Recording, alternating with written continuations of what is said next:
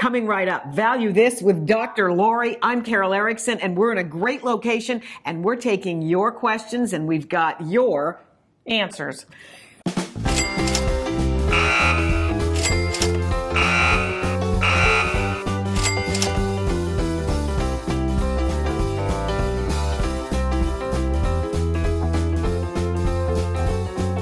Well, it's just about my favorite time of any time because it's Value This with the wonderful Dr. Lori. Dr. Lori Verderame. Boy, are we in a great location. One of my favorite places in all of Bucks County. It's unbelievable. Yes. This is the library at the Mercer Museum. That's right. That's right. In Doylestown, on the Mercer Mile, right? You can come, spend a day, right? Fantastic. Just fantastic. And you'll see one thing and you'll see another thing, and we're going to show you lots of things. Yes. So we've got some segments coming up. But we're in a library, so people get information in libraries, and we've got some viewer questions. Yes. You've been sending us your questions, and we promise that we're going to answer them, so go. Okay. First viewer question. How do I know if I have a piece of silver plate, I guess, versus the real thing? Silver. Okay. It's relatively easy, and you're going to say, well, how do you know, Dr. Lori? Well, I know by smell, or I can see it and tell, but you don't have to do that. It's very simple. Turn over your piece of silver plate, whatever that might be, and you're going to see different types of marks. Now, if you have a piece of sterling, you're going to see a 925 mark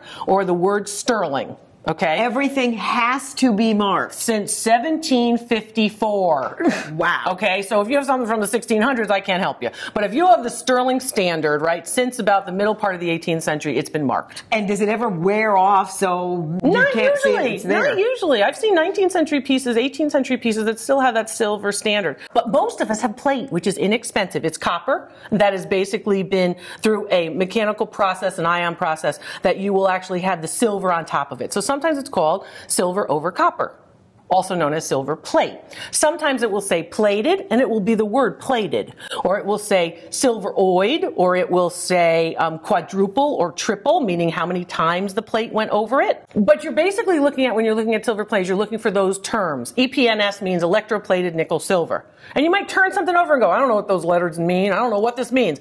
That's why we're here to tell you. So you're looking for silver plate. You can identify it by some of those terms. And real fast, a question here also is, cleaning sterling or silver plate, does that diminish value? Every time you actually polish silver, sterling silver, you actually abrade or scratch off one level of the solid silver. Ha! So guess what this tells you? Don't be so much cleaning. Stop cleaning so much. You're scrubbing and scrubbing and scrubbing and rubbing, and you're abrading or scratching off one level. So don't be overzealous in your cleaning. I suggest you clean about once a year if you're going to polish your silver. With what? Oh, with silver polish. Make sure it says silver polish or silver plate polish. They are different. Okay. All right. Yeah. Good to know. Good question. Very good. A lot of people have them. Yeah. Another viewer. My painting is secured with staples. Is that bad? I guess it would also kind of tell you the age of it, maybe. Exactly. Perfect, Carol. Brilliant, as usual. Well, I've been doing this with you for so many years. I picked up something. So you have a canvas, right? You have a painting. It's oil on canvas or acrylic on canvas. And on the back, there's something called stretcher bars. It's wood, right? And you have stretcher bars. And then that canvas goes around those stretcher bars, and it's stapled to that wooden stretcher. That tells me that painting has to be from after 1945 or after World War II.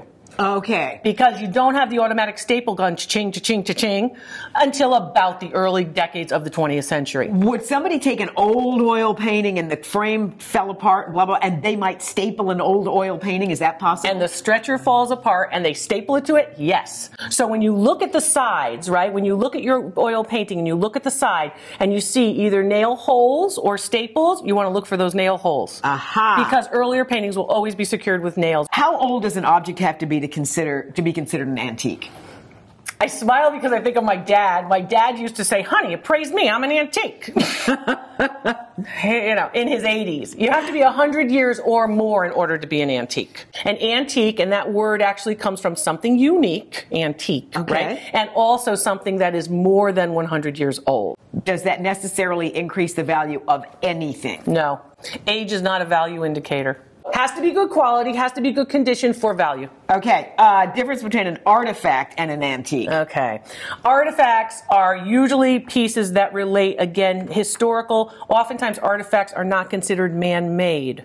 For example, most people will say an artifact might be this, this brontosaurus tooth, and oftentimes artifacts also goes along with digging. As opposed to something that's been a mid-century modern chair, you're not going to dig up typically. But if you dig up an old coin, right, you might actually be considered working with an artifact. Now, an old coin is still man-made, right? So you start to realize that some of these terms kind of interlap. Yeah. And that has to do with the history of the vernacular, or basically the art historians' vocabulary. And, we just want to confuse everybody is what it is. But the artifact usually has to do with, did we have to do some kind of work in order to find it? I talk a lot about treasure hunting, as a lot of you know. And basically that idea of finding something usually relates to an artifact, discovery. Great tips. Thanks to the viewers who sent in questions. Keep them coming. We love it. Keep them coming. And we'll see you next time on Value This with Dr. Lori.